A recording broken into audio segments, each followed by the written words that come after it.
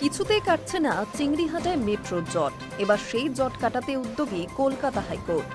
রাস্তার জট কাটাতে মেট্রো, রাজ্য, আরভিএনএল, কেএমডিএ এবং পুলিশকে বৈঠকে বসার নির্দেশ দিয়েছে বিচারপতি সুজয় পলের ডিভিশন বেঞ্চ।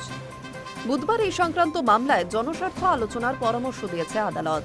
বিচারপতি সুজয় পালের ডিভিশন বেঞ্চের নির্দেশে বলা হচ্ছে, কবে আলোচনা জানাতে হবে আগামী 24 ঘন্টার মধ্যে। আদালতে আরভিএনএল এর তরফে জানানো হয়েছে শুক্রবার সন্ধ্যে 7টা থেকে শনিবার সকাল 7টা, শনিবার সন্ধ্যে থেকে রবিবার সকাল এবং রবিবার সন্ধ্যে থেকে সোমবার সকাল, এইভাবে 2 সপ্তাহ কাজ করলেই সমস্যার সমাধান হবে।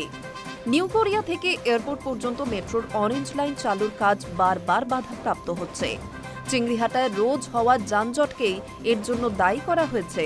সম্প্রতি এই নিয়ে দায়ের হওয়া মামলায় রিপোর্ট জমা দেয় রাজ্য। তার প্রেক্ষিতেই মেট্রো কর্তৃপক্ষের কাছে তাদের বক্তব্য জানতে চায় কলকাতা হাইকোর্ট। আগে এই নিয়ে অভিযোগের প্রেক্ষিতে রাজ্যের কাছে রিপোর্ট তলব করেছিল বিচারপতি সুজয় পাল ও বিচারপতি স্মিতা দাসদের ডিভিশন বেঞ্চে। অরেঞ্জ লাইন নির্মাণের জন্য দায়িত্বপ্রাপ্ত সংস্থা রেল বিকাশ নিগমের অভিযোগ ছিল, চিংড়িহাটায় 366 মিটারের সংযোগের অভাবে এই মেট্রো পথ চালু করা যাচ্ছে না। অথচ এই মেট্রো পথ চালু হলে বহু মানুষ উপকৃত হবেন। মাত্র কিছু সময় দিলেই ওই অংশের কাজ করা যাবে।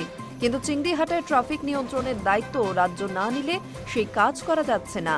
ট্রাফিক নিয়ন্ত্রণে রাজ্যের তরফে এখনো নো অবজেকশন পাওয়া যায়নি বলেও অভিযোগ। প্রসঙ্গত, সম্প্রতি প্রধানমন্ত্রী কলকাতায় এসে উদ্বোধন করেছেন মেট্রোর নতুন 3টি রুটের। বেড়েছে যাত্রী সংখ্যা, কিন্তু এর পরেও কমছে না ভোগান্তি। চিংড়িহাটা মেট্রোর পাশাপাশি সমস্যা বেড়েছে ব্লু লাইনেও। ব্লু লাইনে রাতে বাড়ি ফেরার মেট্রো মিলবে না আর। বুধবার থেকেই বন্ধ হচ্ছে রাত 10টা 40 মিনিটের শেষ মেট্রো। কর্তৃপক্ষের সিদ্ধান্তে চরম ভোগান্তির মধ্যে পড়তে হতে পারে নিত্যযাত্রীদের। High news network.